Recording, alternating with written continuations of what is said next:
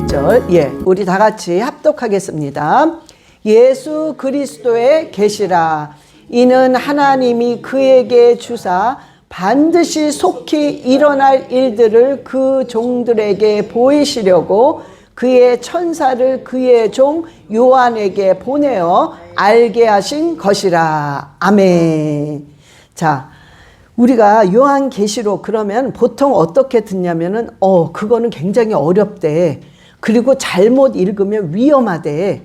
그런 소리를 많이 들었기 때문에 이 요한계시록은 아예 덮어놓는 책으로 알고 있어요. 그러니까 이거 굉장히 잘못된 겁니다. 요한계시록은 사복음서처럼 굉장히 중요한 복음서입니다.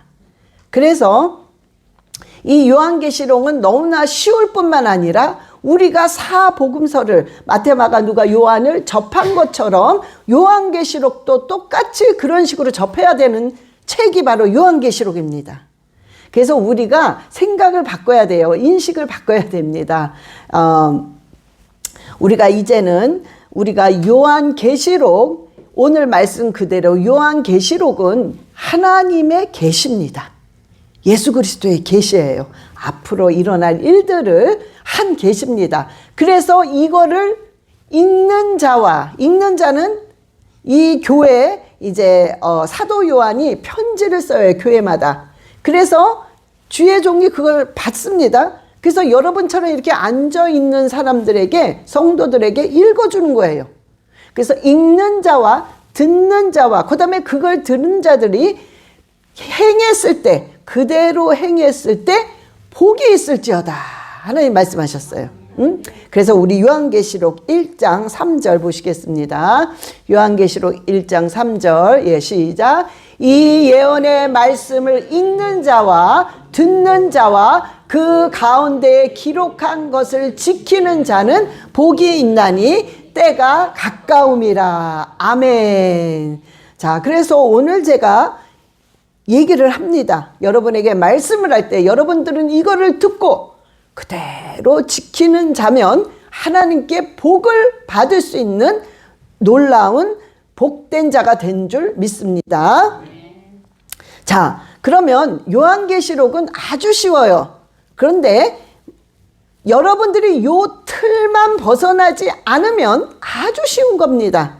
그리고 여러분의 머리에는 요게 딱딱딱딱 기억이 나 있어야 돼요. 이 전체적인 게. 자, 그럼 그게 뭐냐? 우리가 이제 하실 텐데. 자, 요한계시록 1장부터 22장까지 여러분들이요, 요한계시록 1장. 1장은 예수 그리스도의 계시입니다. 이게 예수 그리스도의 계시입니다. 자, 예수 그리스도의 계시는 묵시록이에요. 자, 묵시록이라는 것은 하나님께서 누군가 중에 하나님의 종, 선지자 하나를 싹 선택합니다. 선택을 해서 하늘나라의 비밀을 폭로해서 알려줍니다. 그래서 그 사람이 전하게끔 하는 것이 묵시록이에요. 그래서 이 묵시록이라는 말은 보통 크리스찬들에게 써지는 단어입니다. 그래서 이 요한계시록 1장은 요 하나님의 계시라는 것을, 하나님이 어떤 분이라는 것을 1장에는 딱 적혀 있습니다. 여러분들이 머리에 1장, 이렇게 하니까 1번 같네. 1장은 예수 그리스도의 계시입니다. 그걸 기억하셔야 돼요. 그 다음에 2장, 3장은 여러분들 잘 아는 어디다 보냈죠? 7교회, 그죠? 7교회의 책망을 했죠. 책망도 하고 뭐도 했죠? 그렇죠. 칭찬도 하고. 책망과 칭찬을 7교회에 한 것입니다. 자, 우리가 잠깐 지도 보시겠어요? 자, 7교회인데 우리가 이렇게 순서대로예요. 요렇게. 요게 바로 지도의 지리의 순서대로 성경이 적혀 있는 겁니다.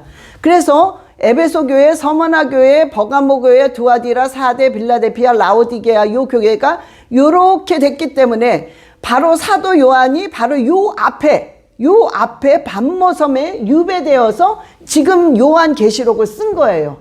그래서 차례대로 이 편지를 전하는 것입니다. 자, 그래서 7교회 책망도 하고 칭찬도 하는 거죠. 그 다음에 4장 5장은 하늘나라에서 어떤 일이 일어나고 있냐. 어린 양에게 찬양을 하는 예배의 광경이 일어나고 있습니다. 그래서 하늘의 예배 광경이에요. 이게 4장 5장에 있습니다. 그 다음 6장부터 16장까지가 아주 중요합니다. 여기서 우리가 다 아는 상징적인 게 나와요. 그래서 이거가 조금 굉장히 약간 까다롭기도 하고 어렵습니다. 그러나 이 틀을 벗어나지 않으면 굉장히 쉬운 거예요. 이거조차도. 그래서 여러분들이 다 잘 아는 여기서 이제 뭐가 나오죠? 7인, 그 다음에 7 나팔,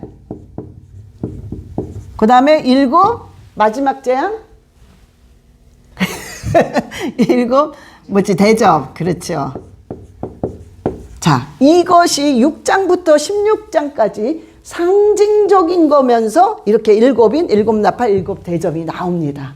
그 다음에 17장부터 18장까지는 바벨론의 멸망이에요. 여러분, 우리가 성경에서 바벨론 하면은 그리스도인을 괴롭히고 핍박한 자로 생각하면 딱 됩니다. 그들이 바벨론의 멸망이 옵니다.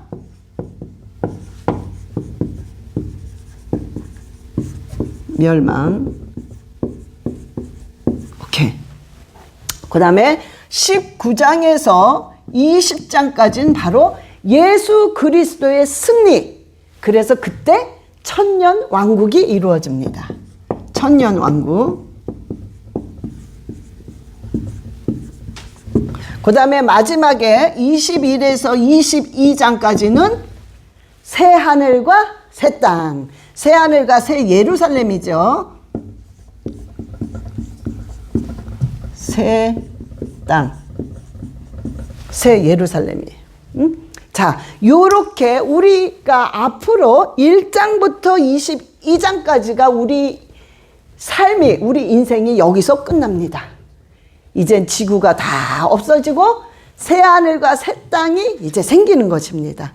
여러분들이요, 요거 1장은 예수 그리스도의 계시, 2장 3장은 7교회의 책망과 칭찬, 4장 5장은 하늘에서 드리는 예배 광경, 6장부터 16장까지는 7인, 7 나팔, 7 대접. 그 다음에 17장, 18절은 바벨론의 멸망. 그 다음에 19장, 20장은 천년 왕국이 이루어지는 거. 그 다음에 21장, 22장은 새 하늘과 새 땅, 새 예루살렘이. 이제 이것이 여러분의 머리에는 딱 있어야 돼요. 이게 박혀 있으면서 요한계시록을 읽게 되면 여러분들이 정리가 됩니다. 탁탁탁탁. 아, 이거구나. 그래서 요거는 여러분들이요, 적어놓고 암기를 하세요. 암기를. 응? 그러면 요한계시록 읽을 때 굉장히 쉽습니다. 자, 그러면 여러분들이요, 꼭 계시록을 읽을 때 꼭 알아야 될 게 있습니다. 이거를 모르면 여러분들이 사사로이, 하나님의 말씀은 사사로이 풀 것이 아니요. 이게 뭐냐면 내 생각, 내 주장으로 풀면 큰일 난다는 거예요. 그래서 이단이 되고 사이비가 되는 거예요. 그래서 여호와의 증인들이 14만 4천이 자기라는 거지. 그래서 거기에 들어가야 된다고 막 그러는 거예요. 그런 것들이 바로 이단이 되고 자기 주장대로 풀었기 때문에 잘못된 것입니다. 자, 그러면 여러분들이 요한계시록에 꼭 알아야 될 거는, 요한계시록은 시간 순서대로 적힌 게 아닙니다. 여러분이, 자, 예를 들어서 보세요. 시간 순서대로, 예를 들어서 7교회 편지를 보낸 후에 끝나고 나서 하늘나라의 광경이 나타난 게 아닙니다. 자, 요것과 요거는 동시에 일어난 겁니다. 동시에. 그러니까 여러분들이 만약에 영상을 보게 된다면 똑같이 동시에 일어나는 거기 때문에 하늘나라에서는 모든 자들이 하나님께 영광을 돌리는 광경이 나오고, 밑에 땅에서는 핍박을 받는 7 교회들의, 또한 잘못된 교회들의 책망과 칭찬이 동시에 이루어지고 있단 말이에요. 그러니까 순서대로 보시면 안 됩니다. 이게 동시에 일어나는 거예요. 그러니까 여러분들이 요한계시록은 순서가 아니구나, 이걸 먼저 알고 읽으셔야 돼요. 자, 또 뭐가 있냐면, 이게 지금 6장에서 제가 반복하면 여러분 반복하는 거 자꾸 여러분들이 머리에 들어가라고 반복하는 겁니다. 6장에서 16장까지는 상징이 나와요. 그러면 7인, 7 나팔, 7 대접. 자, 그러면 이게 우리가 보통 어떻게 하냐면 7인이 끝나고, 자, 여기 딸게요. 7인이 끝나고 7 나팔이 나오는구나, 이렇게 알 수 있어요. 그럼 7 나팔이 끝나면 7 대접이 나오는구나, 이런 식으로 끝나고 순서대로 나온다면 여러분 절대로 이해가 안 돼요. 왜? 7인의 7째 나팔, 7째 인이 떨어질 때 해와 달과 별이 없어집니다. 그러니까 해와 달과 별이 이미 없어지는데 여기서 또 나와요, 나팔에서. 그럼 중간에 하나님이 갑자기 급하게 막 해와 달과 별을 창조하시고 다시 또 없어지나? 그게 아니죠. 나팔 여기서 또 나와요, 또 없어져. 그러다 대접에서 또 없어져요. 그러니까 이거는 해와 달과 별이 계속 몇 개가 있다는 소리예요. 이게 말이 안 되잖아요. 그래서 여러분들이 어떻게 생각을 하냐면, 절대로 요한계시록은 순서대로 적힌 게 아닙니다. 요한계시록은 어떤 식이냐면 7인, 그러면 첫째 인, 둘째 인, 셋째 인, 나중엔 7인 때 7인이 띄어질 때 그때 7 나팔이 옵니다. 다시 돌아가는 거예요. 다시 이렇게 돌아갑니다. 그래서 나팔에서 첫째 나팔, 둘째 나팔, 셋째, 넷째, 7째 나팔일 때 여기서 다시 7 대접이 옵니다. 그래서 패턴이 서클로 돌아가는 거예요. 7째인 가서 다시 나팔로 돌아와서 또 다시 대접으로 돌아오는 거. 무슨 말인지 아시겠죠? 예. 자, 7인, 7째, 첫째 인, 둘째 인, 셋째 인, 넷째 인, 그 다음에 7째 인을 뛸 때 여기서 7째 나팔이 나옵니다. 그래서 다시 돌아가는 거예요, 나팔로. 응? 그 다음에 첫째, 둘째 나팔, 넷째 나팔, 7째 나팔이 될 때 여기서 또 7째 인이 대접이 나오는 거예요. 그래서 다시 돌아가야 됩니다. 응? 그래서 이 장면은 뭐냐? 동시에 일어나는 거라고 여러분들 보셔야 돼요. 응? 아셨죠? 순서대로가 아닙니다. 요거를 아셔야 여러분들이 읽다 보면 왜 또 나오지? 이게 왜 또 나오지? 금세 없어졌는데? 이런 의문이 나오기 때문에 이거는 순서대로가 아니라 다시 패턴이 서클로 돌아가는 것입니다. 자, 요거를 먼저 인식을 해 놓으셔야 됩니다. 자, 그 다음에 문자적인 해석과, 분명히 이 요한계시록은 문자적인 해석과 상징적인 해석이 분명히 같이 겹칩니다. 편지는 말 그대로 편지예요. 그래서 문자 그대로입니다. 그러나 이 6장에서 16장 이 안에는 상징이 많아요. 그래서 이 상징이라는 것은 우리가 요거다, 요게마저 저게마저 할 수가 없습니다.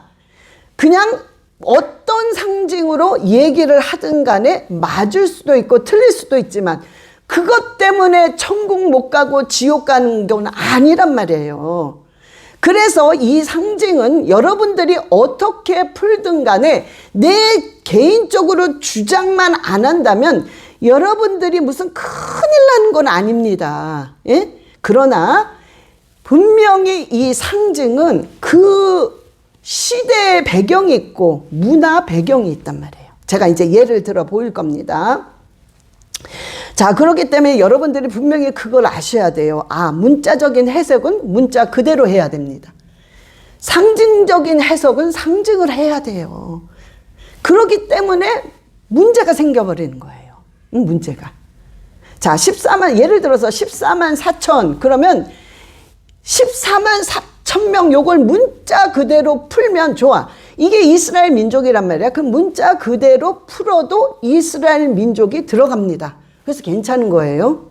그런데 이거를 문자 그대로 풀면서 이스라엘을 빼버려.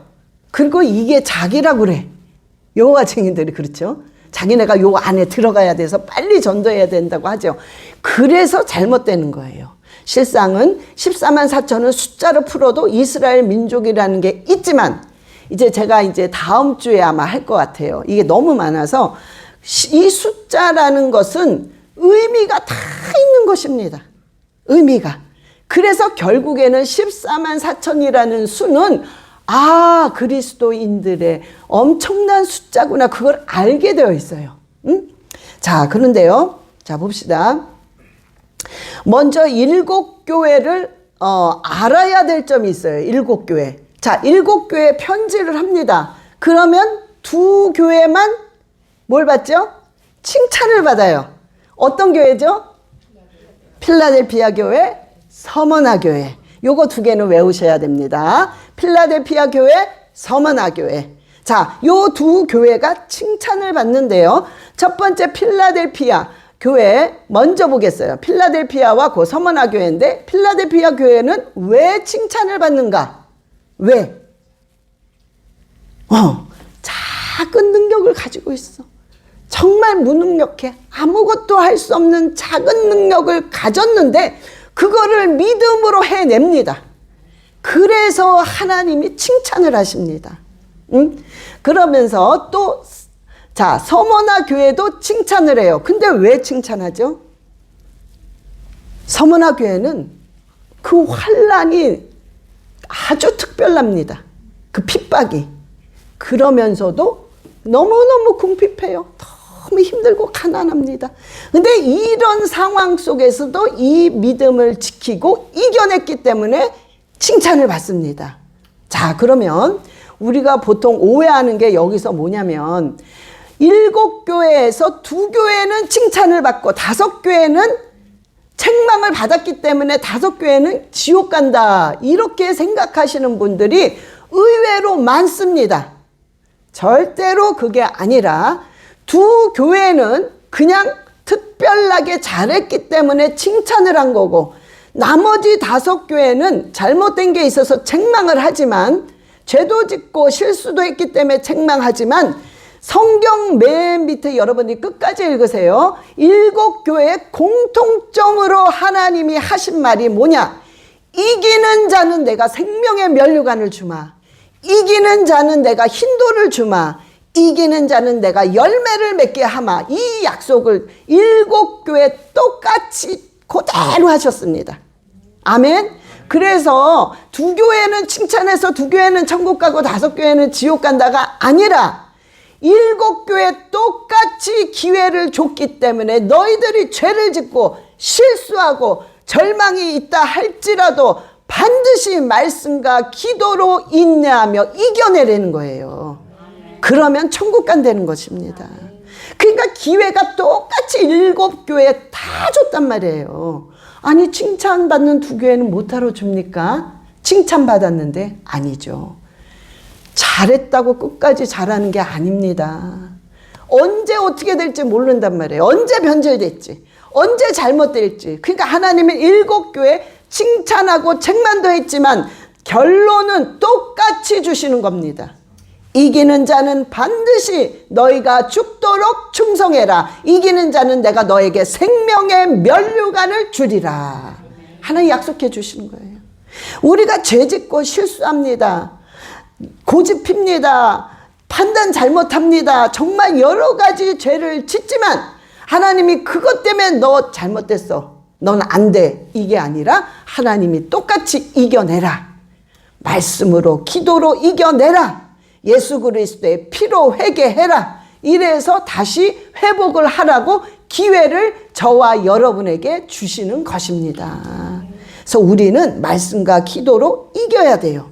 자, 그러면 왜 서머나 교회가 특별한 핍박이 있고 그렇게 궁핍한가? 딴 교회, 라오디게아 교회는 아주 부자입니다. 왜 그렇게 가난했어야만 되느냐? 여러분들이요, 그 동굴, 이들이 너무 핍박이 강하기 때문에 카타콤이라는 동굴을 파서 거기서 예배드리고 기도했단 말이에요. 거기 한번 봅시다. 그러니까 엄청나요, 이봐요. 이거를 여러분 지하 20층까지도 팠답니다. 예? 그러니까 이거를 보면요, 이거는 사람의 힘이, 그때 무슨 기계가 있었겠습니까? 있어봤자 삽이겠죠. 곡괭이 같은 거. 근데 저렇게 했단 말이에요. 또 봅시다. 엄청난 겁니다. 계속 끝이 없는 거예요. 응? 끝까지. 저런 동굴을 지하 20층까지도 판 데가 있다고 합니다. 예? 그런데 여러분, 이거는 제가 볼 때는 천군 천사가 역사한 겁니다. 예, 그러니까 저렇게 하지 어떻게 하겠습니까? 그러니까 요렇게 기도를 하고 있는데 로마 군인들은 다 알아요. 얘네들이 카타콤이랑 동굴에서 기도하고 예배드린다는 걸 알지만 들어갈 수가 없습니다. 왜? 한 번 들어가면 못 나와요. 길을 몰라요. 잊어버려요. 꼬불꼬불 너무나 많기 때문에 한 번 들어가면은 못 나오고 그냥 죽어요. 거기서. 그걸 알기 때문에 로마 군인들이 함부로 못 들어갑니다. 그러니까 누군가가 첩자가 있어야 돼요. 그래서 그때 서머나 교회에서 그렇게 믿음을 지키며 기도하고 있을 때 유대인이 들어갑니다. 유대인이 들어가서 여러분, 저는 회개했습니다. 저는 예수 그리스도가 메시아시고 하나님의 아들이라는 걸 믿습니다. 그러니 이 그리스도인들은 의심하죠. 저거 유대인인데? 저거 첩자 아니야? 의심하는데 계속 한동안 너무너무 신앙생활을 잘합니다. 그러니까 이들이 믿어요, 나중엔. 아, 저 사람이 진짜 회개했구나. 그래서 카타콤으로 데려갑니다. 거기 동굴로 데려가서 비밀을 다 알리고 길을 며칠 동안, 아니 며칠이 아니라 얼마 동안 다니면서 길을 다 외워놔요. 이 유대인이. 그래서 길을 완전히 외워놓은 후에 로마 군인에게 신고를 합니다. 그래서 그때 서머나 교회들이 다 잡혀서 어마어마하게 죽고 어마어마한 핍박을 받으면서 이들이 그들의 모든 재산을 싹 뺏어요. 너무너무 가난한 겁니다. 너무너무 궁핍하고 정말 굶어 죽는 겁니다. 이렇게 핍박을 받은 서머나 교회가 절대로 굴하지 않고 결국에는 순교하면서 끝까지 믿음을 지킵니다. 그래서 서머나 교회를 하나님이 칭찬하십니다. 그래서 우리가 빌라델피아 3장 8절 보시겠습니다. 예, 시작. 볼지어다 내가 내 앞에 열린 문을 두었으니 능히 닫을 사람이 없으리라. 내가 내 행위를 아노니, 필라델피아 교회예요. 필라델피아. 내가 작은 능력을 가지고서도 내 말을 지키며 내 이름을 배반하지 아니하였도다. 아멘. 그래서 빌라델피아는 하나님이 칭찬을 하십니다. 자, 그런데 서머나 교회는 왜 이렇게 칭찬하시냐? 요한계시록 2장 9절. 예, 시작. 내가 내 환난과 궁핍을 알거니와 실상은 내가 부요한 자니라. 자칭 유대인이라 하는 자들의 비방도 알거니와 실상은 유대인이 아니요 사단의 회당이라. 이게 그 소리예요. 유대인이 첩자로 들어간 겁니다. 그러나 이들은 유대인이 아니요 사단의 회당이 사탄의 회당이라고 그랬어요. 응? 사탄 짓을 하는 거예요. 응? 자, 그래서 서머나 교회와 빌라델피아 교회는 칭찬을 받습니다. 자, 그런데 이 서머나 교회를 하나님께서 내가 너에게 생명의 면류관을 준다고 그랬어요. 생명. 우리가 예수 그리스도 안에 생명이 있습니다. 그런데 그 생명이 우리한테 확 접하게 되면 누구든지 살고 누구든지 회복됩니다.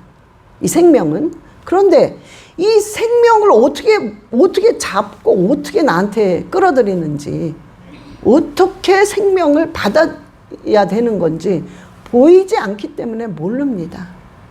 자, 그런데 예수 그리스도 안에 있기 때문에, 안에 있어요.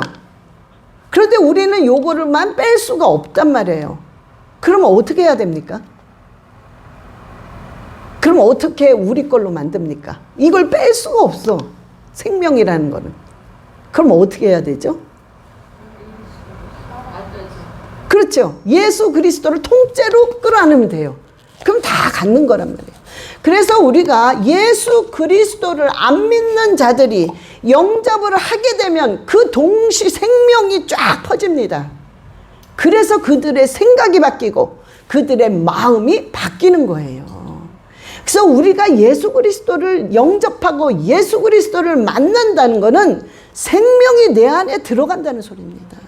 그때부터 역사가 일어나는 거예요. 어떤 분이요, 질문을 하셨어요. 오래됐는데 그분이 목사님, 만약에 내가 기도를 하는데 모든 게 하나님의 계획대로 이루어진다면 못하러 기도합니까? 기도해도 하나님 뜻대로 하나님 계획대로 이루어질 거 아니에요. 그럼 못하러 기도합니까? 그래요.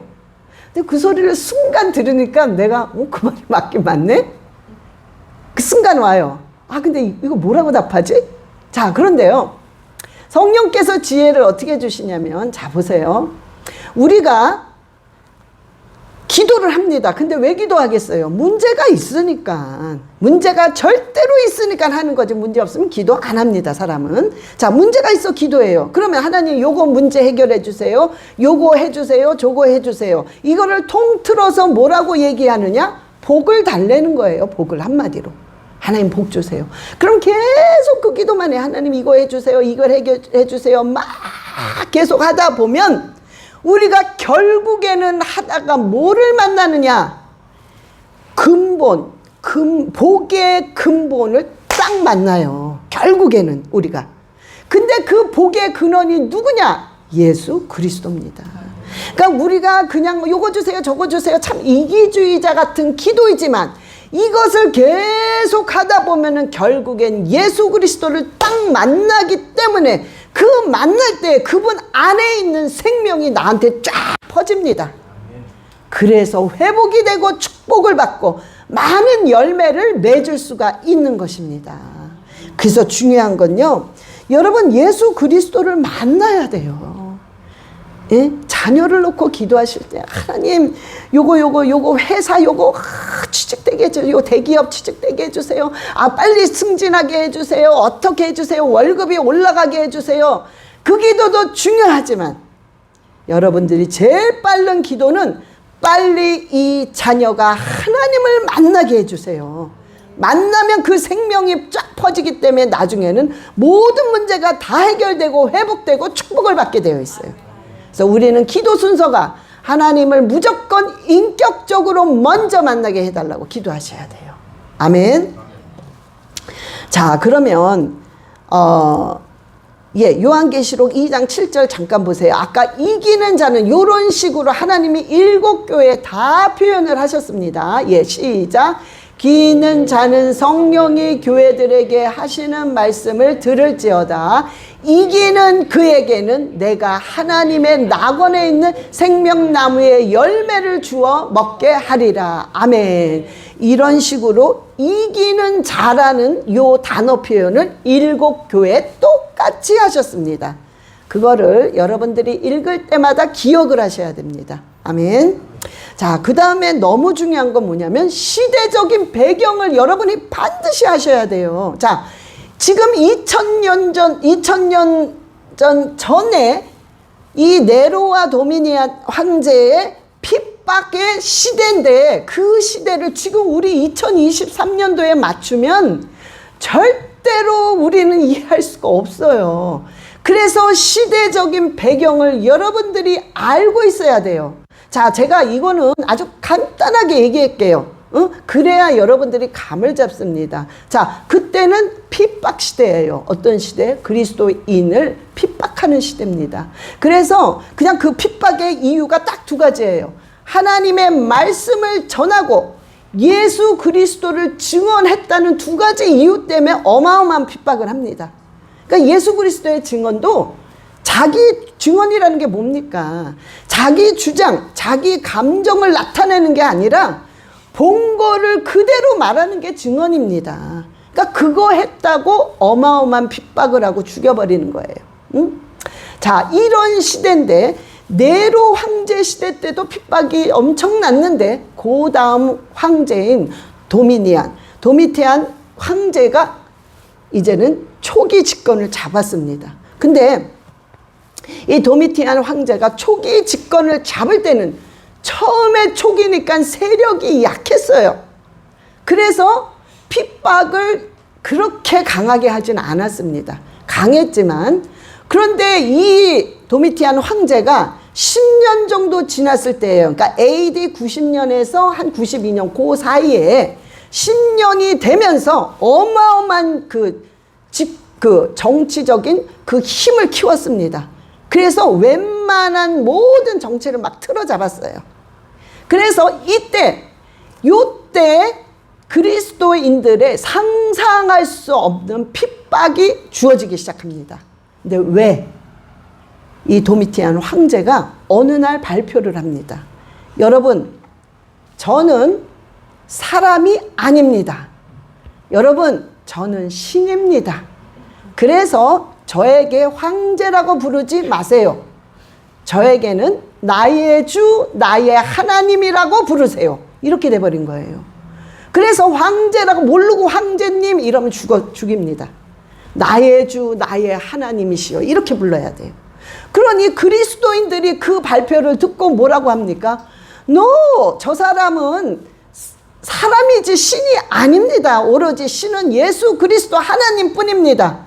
이렇게 됐기 때문에 그리스도인들을 그때 정말 상상할 수 없을 정도로 박해를 하고 핍박하고 죽입니다.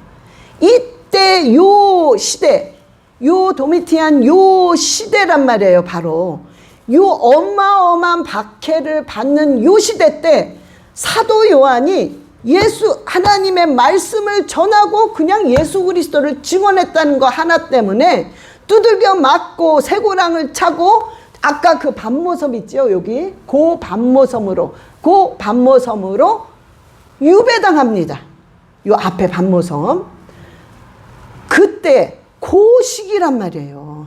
시대적 배경이. 그러니까 7 교회들이 실상은요 엄청난 지금 핍박을 받는 상태입니다. 자, 여러분 그 상태이기 때문에 자 요한계시록 1장 9절 한번 보시겠어요? 요한계시록 1장 9절. 예, 시작. 나 요한은 너희 형제요 예수의 환난과 나라와 참음에 동참한 자라.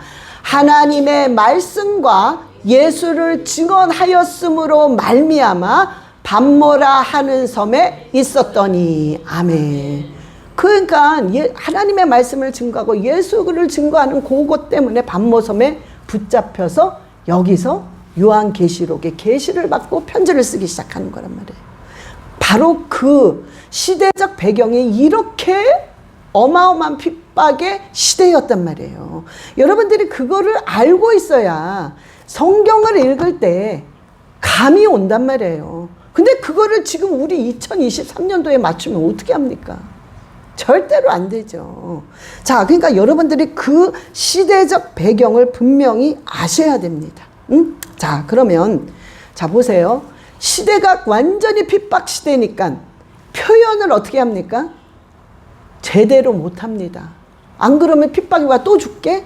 그러니까 표현을 감추어서 한단 말이에요. 그러니까 예를 들어 뭐가 있냐면 여러분 우리가 일제시대 때 한용운의 님의 침묵의 시가 있죠. 님의 침묵의 한용운이 그 시로 인해서 저항을 하는 거죠. 그러나 제대로 표현을 할 수가 없으니까 핍박시대니까 시적인 어떤 운율을 통해서 저항을 하잖아요. 그래서 님은 같습니다. 아, 나의 사랑하는 님은 같습니다. 이런 시를 쓰잖아요. 그럼 그 님이 우린 다 알잖아. 뭐 연인이야? 아니잖아요. 조국이잖아요. 조국. 응? 그러니까 그 조국이란 말을 못하기 때문에 안 그러면 잡혀 죽으니까. 그 핍박시대에는 조국이란 말을 못하니까 님으로 표현을 해가지고 시를 쓴 거란 말이에요. 그래서 저항하는 거예요. 그렇지만 듣는 우리들은 그때 당시에 바로 님이 누구라는 거예요. 조국이라는 거예요. 그래서 그 시를 그 당시에 사람들이, 독립군들이 읽으면서 어마어마하게 우는 거죠. 응? 그런 거란 말이에요. 똑같습니다. 이 지금 시대적인 이 박해 시대이기 때문에 사도 요한이 그대로 표현을 못합니다. 상징적으로 하고 있단 말이에요. 예? 그러니까 여러분들이 그거를 아셔야 됩니다. 상징적이기 때문에 모든 것을 약간의 상징의 표현을 한단 말이에요. 뱀처럼 행동하세요. 만약에 이랬단 말이야. 그러면 뭐 진짜 뭐 뱀처럼 이렇게 행동하려는 거야? 그게 아니잖아요. 뱀이, 우리는 딱 알잖아. 뱀은 소리 없이 빠르다. 그러니까 소리 없이 빨리 행동하라는 소리란 말이에요. 그러니까 우리가 여기 요한계시록은 이런 식으로 적혀 있기 때문에 우리가 시대적 배경을 모르면 너무 어려운 거예요. 너무 어려운 거야. 응? 그러니까 여러분들이 그거를 일단 아셔야 됩니다. 자, 그 다음에 어떤 표현이 있냐면은 지금 유대인, 그리스도인과 로마인들의, 로마 군인의 핍박이란 말이야. 응? 황제의 핍박이에요. 그러면 요 당시에 문화적인 배경이 있단 말이에요. 문화적 배경. 자, 여러분, 한국은 사자가 한국 사람들 다 싫어합니다. 예를 들어서 무슨 표를 받아. 뭐지, 카택을 받았어. 근데 444 이러면은 깨름치킨 나 이거 싫어. 그리고 그걸 안 받고 딴 걸로 바꿔달라고 그럴 거예요. 왜? 아니 사자가 어때서? 그러나 한국 사람의 문화적인 인식으로는 사자는 죽을 사자 그래서 다 싫어해요. 혹시 죽을까 봐. 응? 다 싫어해. 그러면 미국 사람들은 아무 상관없어. 너무 좋대. beautiful. 막 그래요. 예? 이게 문화적 배경이 틀린 거야. 미국 사람들은 어떤 숫자 제일 싫어합니까? 13. 아주 싫어합니다, 이 사람들은. 예? 아니, 우리는 13 아무렇지도 않아. 뭐 어때, 우리는? 너무너무 싫어해요, 미국 사람들은. 예? 자, 그러면 이스라엘 사람들은 어떤 숫자를 싫어할까요? 6이죠. 6. 너무 싫어합니다. 예? 근데 우리도 조금은 싫어. 그렇지만 뭐 그 정도로 싫진 않아요. 그러니까 이런 것들이 전부 문화적인 배경이란 말이에요. 그 문화적인 배경을 가지고 이스라엘에 맞게끔 표현을 한 거란 말이에요. 왜 저게 얼마나 좋은데 왜 저렇게 해? 그게 아닙니다. 이스라엘의 문화는, 유대인의 문화는 그런 표현을 했단 말이에요. 그래서 예를 들어 어떤 거냐면, 자, 우리 한국 사람들의 문화적인 표현은 예를 들어서 하얀 소복을 입고 머리를 풀어 헤치고 이러면 우린 다 알아들어. 처녀 귀신인 줄. 다 알아들어. 예? 우리 한국 사람들은. 이게 문화적 배경이에요. 근데 이 말을 미국 사람한테 하면은 하얀 옷을 입고 머리를 풀어 헤치고 그러면 하얀 옷과 머리를 풀어 헤쳐? 모델인가? 이렇게 돼버리는 거예요. 왜? 그 배경을 몰라. 우리 한국 사람들은 다 알잖아, 이 말을 하면. 똑같습니다. 이 편지와 사도 요한이 이런 표현을 했을 때 이스라엘 민족들은 다 알아들어요. 다 알아듣는단 말이야. 왜? 문화적인 배경이 있기 때문에 그렇게 되는 거예요. 그래서 여기 성경에 나오는 7머리 뿔 10개 달린 짐승, 이런 표현이 많이 나옵니다. 이 이스라엘 민족들이 그런 표현을 들었을 때는 우리가 소복을 입은 머리를 풀어헤친 여인, 그러면 처녀 귀신 딱 아는 것처럼 이들은 그 표현을 하게 되면 딱 알아요. 그리스도인을 잔인하게 핍박하고 잔인하게 죽인 그런 자들, 벌써 딱 인식이 오는 거예요. 그래서 7머리 10뿔 이러면 그들은 벌써 알아요, 이 표현을. 예? 근데 이거를 우리가 우리한테 맞춰서 7머리는 뭐네, 뿔은 어느 임금이네, 어느 나라네. 물론 나라와 방백들은 맞아요. 그러나 이런 것들을 막 사사로이 풀려고 그래. 우리 지금의 2000년도에 그 시대에 맞춰서. 그러면 절대로 해석이 안 되죠. 예. 이들은 문화입니다. 문화. 딱 그 얘기를 들었을 때 딱 아는 거야. 그죠? 그런 식으로 이 요한계시록은 표현이 됐습니다. 그거를 꼭 아셔야 돼요. 그 다음에 마지막으로 상징적인 것은, 자, 상징적인 것은 정답이 없습니다. 너무 많아요. 그런데 너무 상징적이니까 아무도 몰라. 그 유대인들도 몰라. 이런 경우에는 본문이 본문을 해석해 주게끔 다 해놨어요. 응? 자, 예를 들어서 요한계시록 1장 13절을 보시겠습니다. 요한계시록 1장 13절. 시작. 촛대 사이에 인자 같은 이가 발에 끌리는 옷을 입고 가슴에 금띠를 띠고, 자, 촛대 사이를 걸어 다니셔 하나님이. 이 촛대가 뭐야 도대체? 근데 그 이스라엘 민족도 촛대라는 걸 모르는 거예요. 사도 요한이 촛대라고 썼는데, 그런데 하나님이 본문에 또 해석을 해주시는 걸 모를 줄 아시고, 그래서 요한계시록 1장 20절에 해석을 해주십니다. 시작. 내가 본 것은 내 오른손에 7 별의 비밀과 또 7 금 촛대라. 7 별은 7 교회의 사자요, 7 촛대는 7 교회니라. 아멘. 이걸 아예 본문이 해석을 해줬단 말이에요. 그래서 촛대는 교회를 말합니다. 즉 촛대는 저와 여러분을 말하는 거예요. 교회. 응? 그러면 촛대 사이를 지나다니는데 예수님이 왜 이렇게 어려운 걸까? 왜 그렇게 그들은 핍박을 받고, 왜 그렇게 촛대 사이를 지나가는 예수님이 옆에 계신데 왜 우리들은 어려운 걸까? 여러분, 그걸 한번 생각해 보세요. 하나님이 우리 촛대, 즉 교회 사이, 우리 믿는 그리스도인 사이를 하나님이 옆에서 지키고 계심에도 불구하고 어렵게 하시는 이유가 분명히 있을까요? 없을까요? 있지요. 있지요. 왜? 반드시 하나님은 뭔가 예배해놨다는 소리죠. 축복을. 근데 요거를 받기 위해서는 내가 네 옆에 있어. 내가 너를 끌어안고 있어. 그러나 요것만은 허락을 해야 돼. 왜? 그 축복을 위해서. 분명히 뜻이 있으신 겁니다. 그래서 우리가 왜 하나님 이렇습니까? 날 버리셨습니까? 도대체 하나님 내 기도 듣고 계십니까? 이런 걸 안 해도 되셔요. 응? 안 해도 돼. 왜? 요 고비는 반드시 지나갑니다. 그런 후에 하나님의 계획하신 축복을 우리가 받기 위해서는 요 고비가 반드시 필요한 거기 때문에 하나님이 허락한 것입니다. 아멘.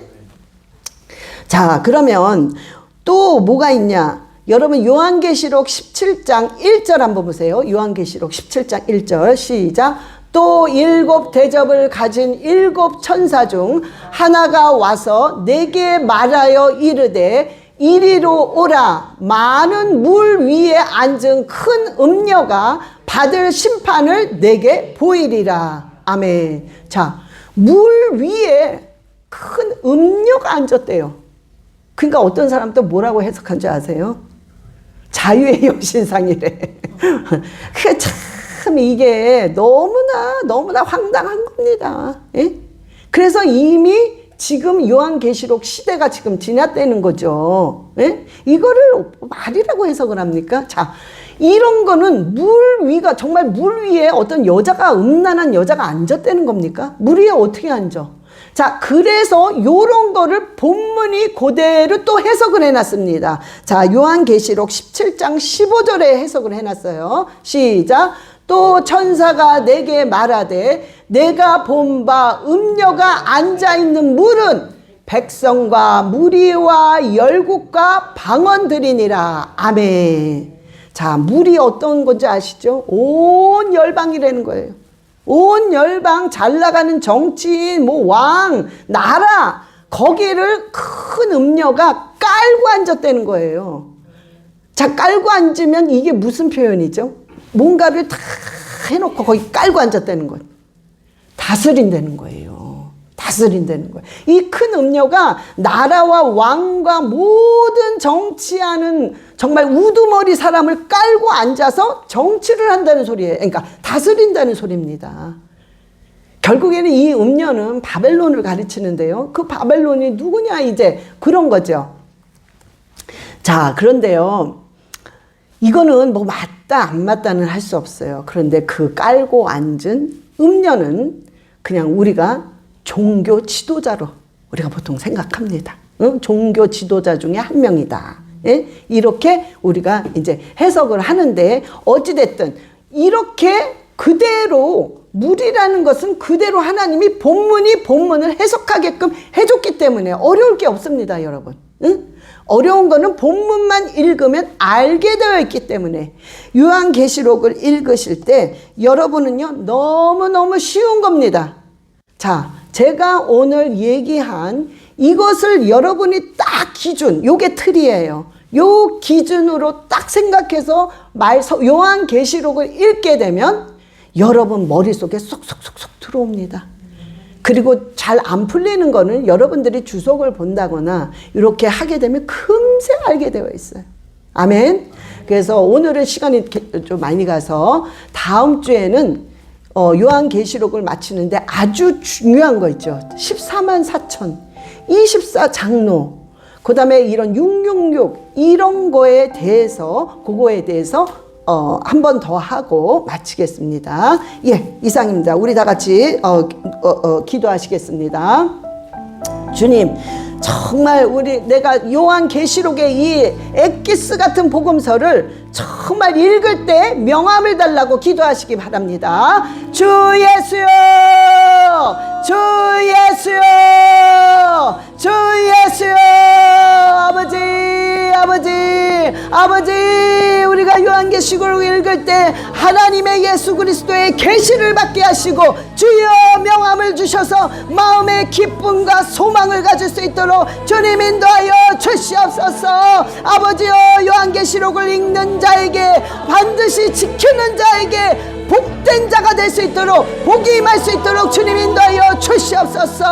아버지여, 역사하시옵소서. 지혜와 명철과 아버지 총명을 허락하셔서 이 말씀들 한 구절 한 구절이 가슴 속에 와닿고 비밀이 깨달아 알아지게 하여 주시옵소서. 오 할렐루야. 그리하여 영광 받으시옵소서. 영광 받으시옵소서. 영광 받으시옵소서. 오 할렐루야, 할렐루야. 주여 감사합니다. 아버지 영광 받아 주시옵소서. 하나님 아버지 감사합니다. 오늘 주님께서 우리에게 앞으로 일어날 그 중요한 요한계시록의 복음서를 주셨습니다. 아버지, 우리가 이것을 사모하게 하시고 우리가 이것을 달게 읽으며 받을 수 있도록 주님 인도하여 주시옵소서. 그리하여 이것을 읽을 때마다 하나님의 놀라운 비밀이 깨달아지게 주님께서 지혜와 명철과 총명을 허락하여 주시옵소서. 감사드리며 우리 주 예수 그리스도의 이름으로 기도드려 싸움나이다. 아멘.